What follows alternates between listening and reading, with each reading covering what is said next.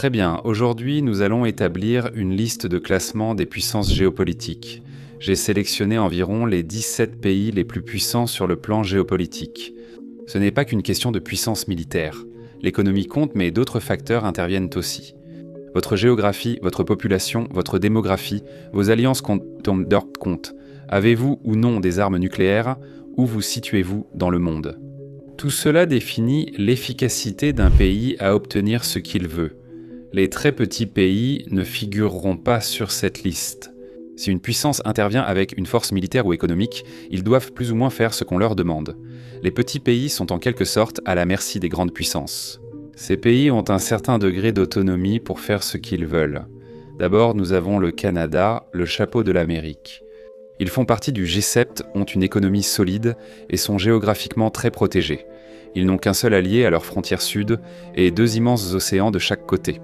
Mais la population n'est pas vraiment grande et leur armée n'est pas vraiment redoutable. Ils font partie du réseau de renseignement Five Eyes, mais ils sont, disons, les moins importants des 5.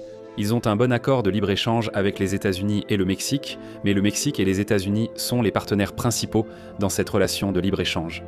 Ils n'ont d'influence nulle part et n'obtiennent jamais ce qu'ils veulent.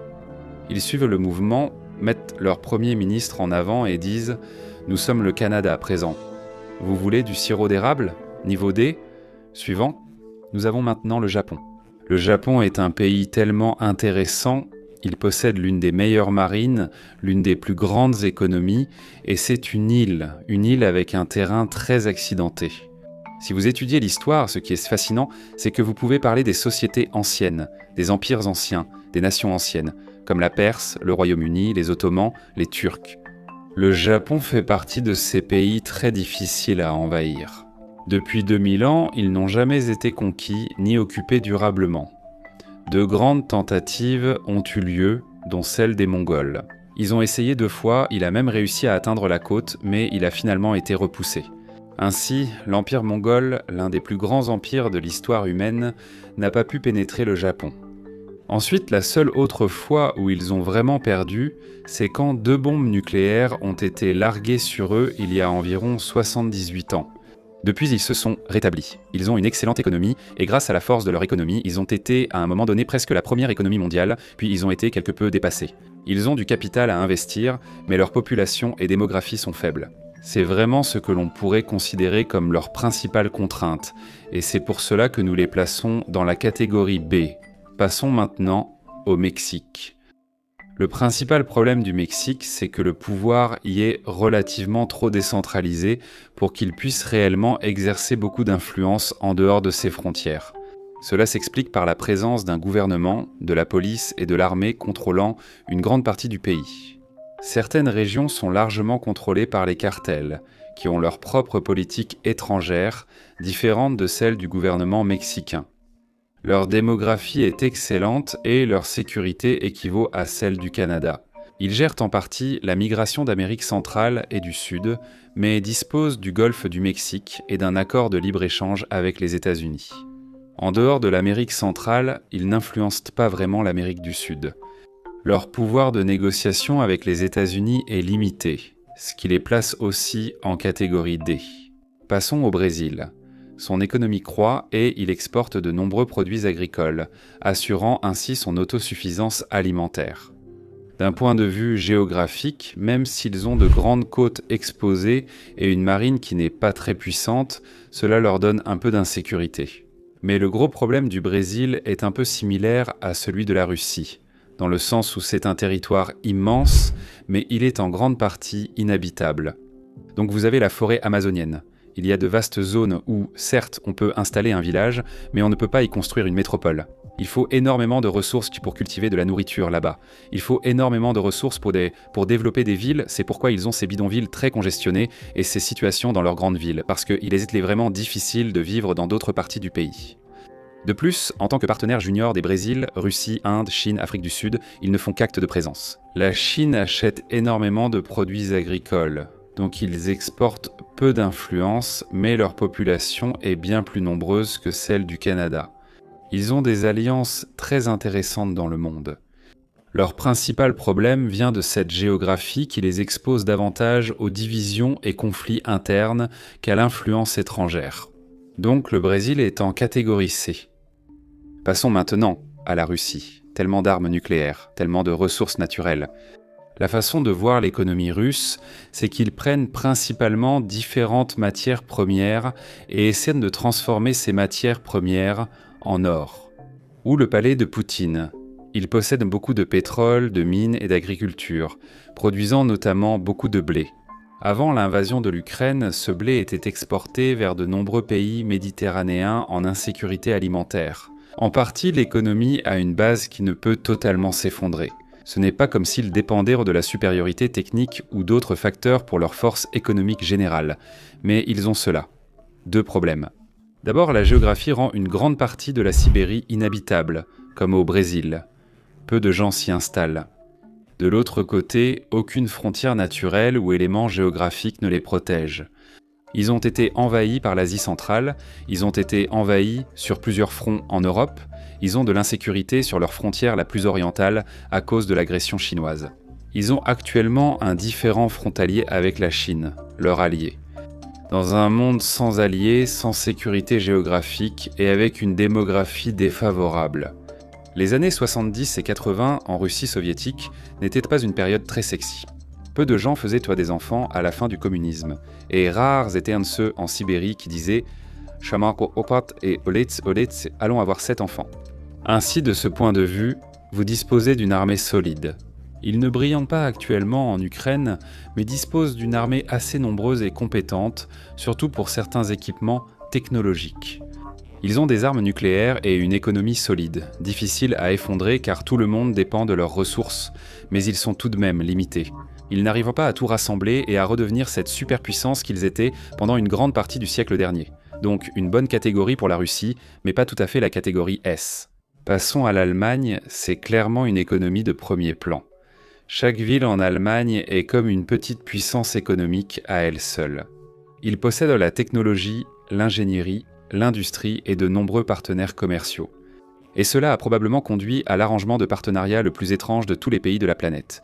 Donc ils sont dans l'OTAN, ce qui en fait un allié militaire des États-Unis. Ils sont surtout les États-Unis.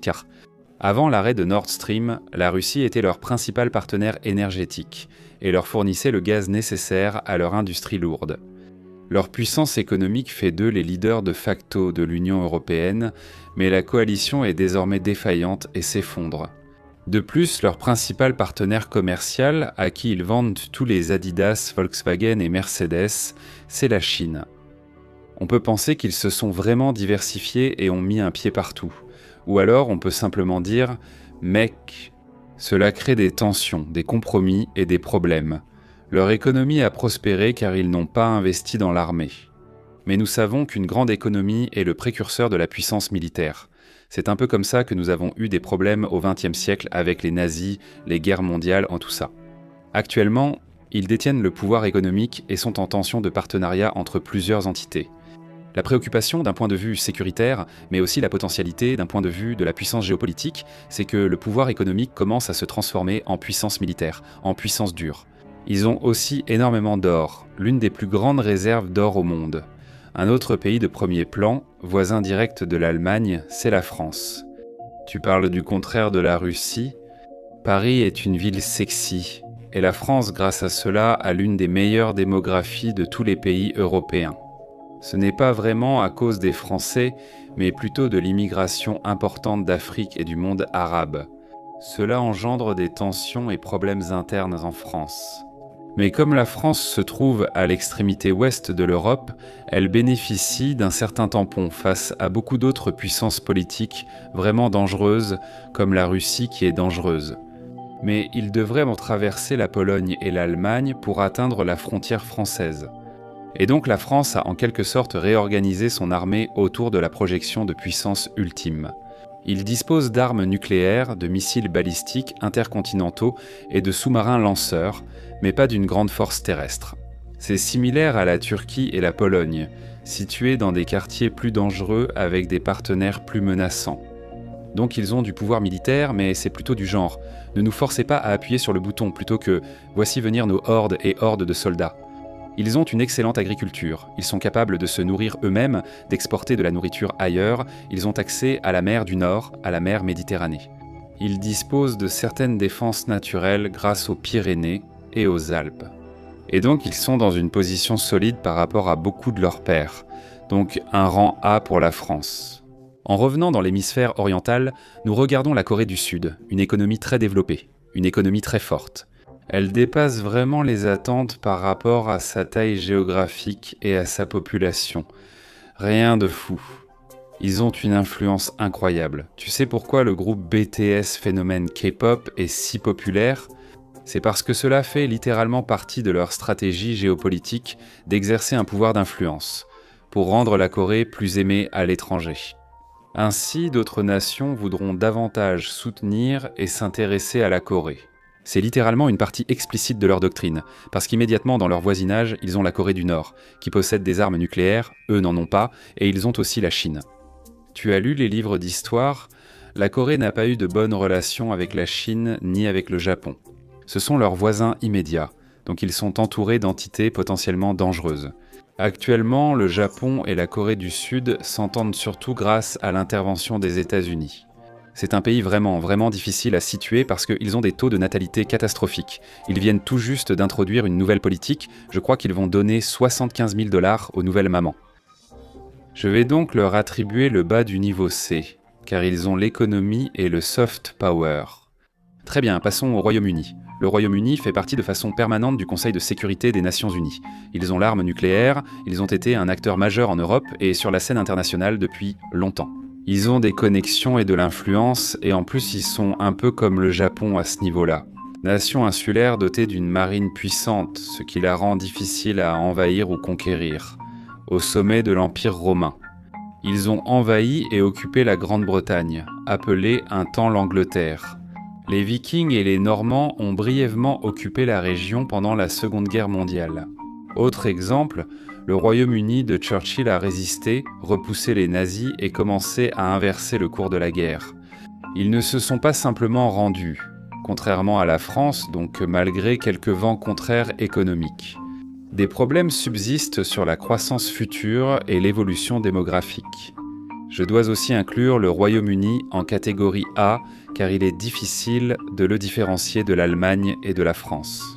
Si vous pensez que l'Union européenne décline, ils ont fait le Brexit avant que tout explose. Normalement, cela devrait leur permettre d'avancer, mais ils ne l'ont pas encore fait.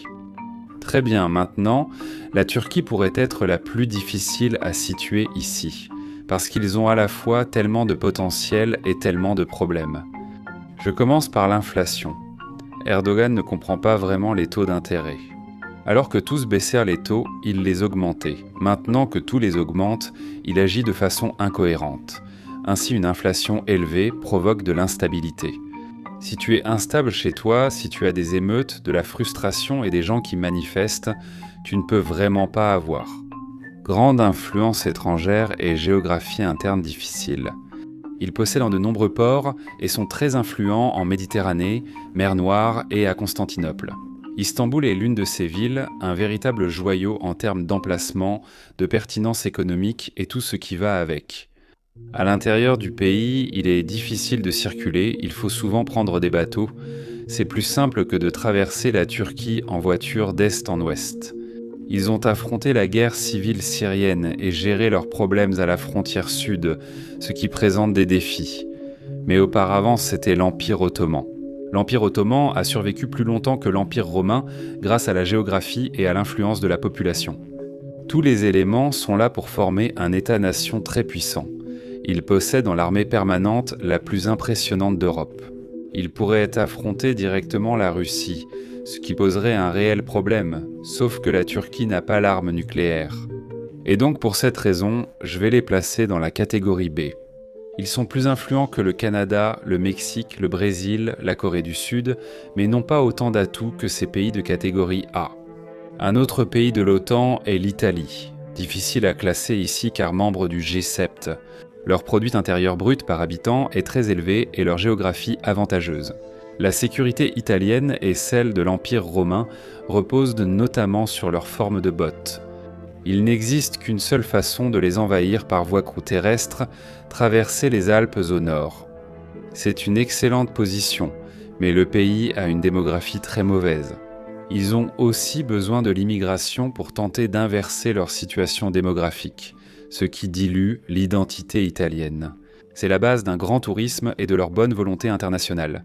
Ils hébergent des ogives nucléaires américaines, n'ont pas leurs propres armes, mais font partie de l'OTAN. Ils bénéficient d'une alliance de sécurité qui les protège, bien qu'ils soient difficiles à envahir.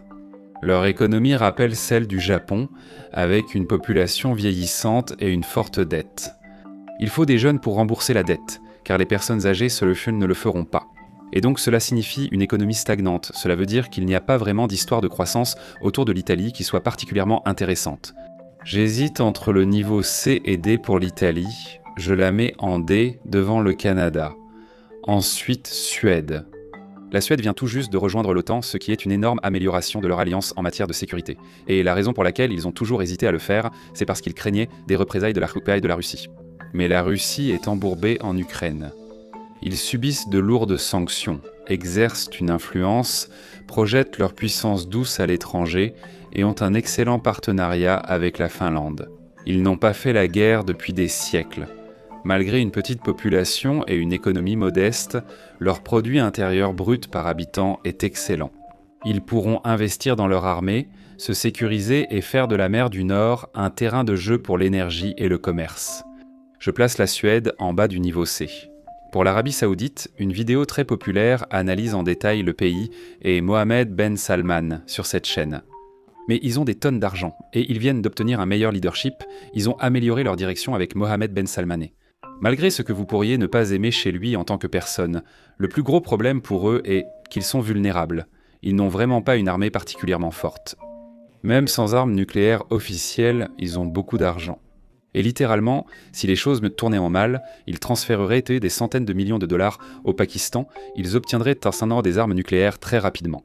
Ils ressemblent à l'Allemagne, car ils n'en ont pas, sauf si la situation devient très tendue. Ils vont agir pour se protéger et convertir leur puissance économique en force militaire, prêts à appuyer sur le bouton. Pour moi, l'Allemagne et l'Arabie Saoudite sont les principaux pays sur cette liste. Ils essaient essentiellement de maintenir un équilibre entre différents partenariats. C'est similaire à l'Allemagne, où ils veulent en quelque sorte pouvoir contrer leur principal rival. L'Iran au Moyen-Orient, ils ont besoin de la technologie et des capacités militaires israéliennes là-bas, mais Israël n'est pas vraiment populaire au Moyen-Orient pour des raisons évidentes. Et c'est cette tension qu'ils gèrent, et en même temps ils vendent énormément de pétrole à la Chine, qui est le principal rival géopolitique des États-Unis. Et en effet, alors que les États-Unis commencent à se retirer du Moyen-Orient, ou essaient de se retirer du Moyen-Orient, et ne plus assurer la sécurité comme avant, donnant ainsi aux alliés des États-Unis l'accès au pétrole saoudien. Ils sont à un carrefour intéressant, mais le vrai enjeu reste le pouvoir économique. Ils peuvent forer un trou dans le sol et générer des millions et des millions de dollars. Et ce n'est pas quelque chose que l'on peut dire forcément. Pour aucun des pays du niveau D ou C, donc on va les mettre en bas du niveau B, pour l'instant, ils ont une influence multicontinentale et de l'argent, mais peu de puissance dure. Pas encore. Passons à l'Inde, une population jeune et énorme, ils ont une démographie jeune et une population immense. Ce qui, en soi, vous place dans une meilleure position économique que tous ceux qui ont des sociétés vieillissantes rapidement. Vous ajoutez ensuite qu'ils possèdent des armes nucléaires, qu'ils peuvent déployer une force militaire relativement importante si nécessaire, et qu'ils ont aussi la capacité de jouer sur les deux tableaux. L'Inde a continué d'acheter du pétrole à la Russie malgré les sanctions, tout en restant membre du Quad. Les États-Unis ont besoin d'eux pour une alliance contre la Chine, le Quad regroupant l'Inde, les États-Unis, le Japon et l'Australie. Et donc ils peuvent en quelque sorte jouer sur les deux tableaux. Je dirais que c'est plutôt positif pour eux, alors que je ne sais pas si c'est aussi simple ou facile à faire pour d'autres.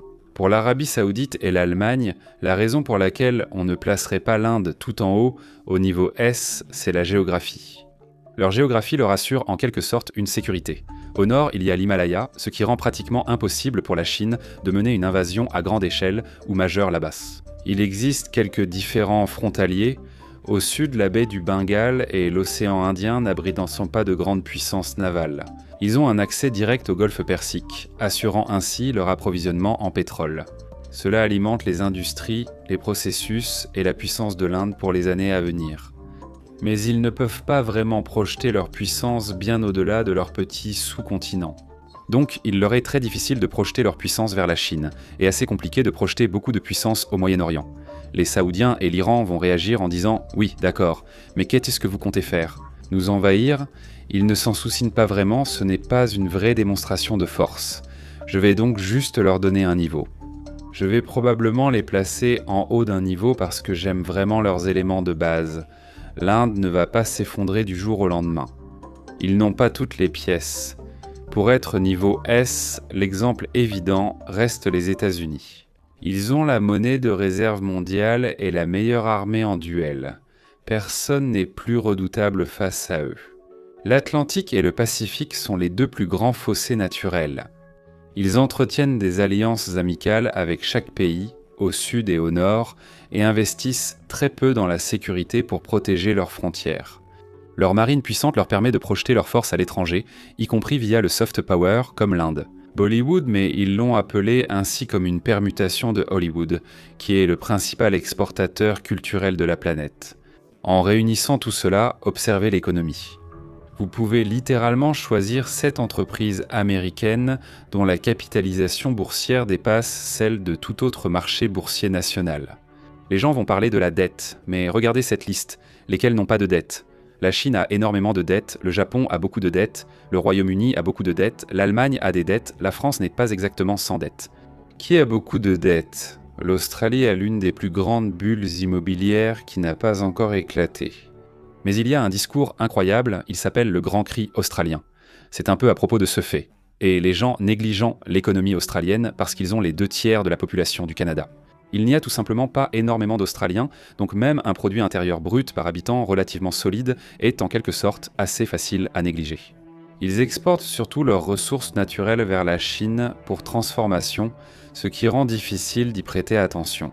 Matt Berry analyse brillamment leurs problèmes du point de vue immobilier et montre combien leur économie dépend de la spéculation immobilière. Quand on ajoute le fait qu'ils n'ont pas d'armes nucléaires, on place leur économie, je dirais, dans une position relativement précaire. Ils font partie du réseau de renseignement Five Eyes, mais ils dépendent fortement de la Chine pour leur propre puissance économique. Pour moi, c'est clairement un niveau D.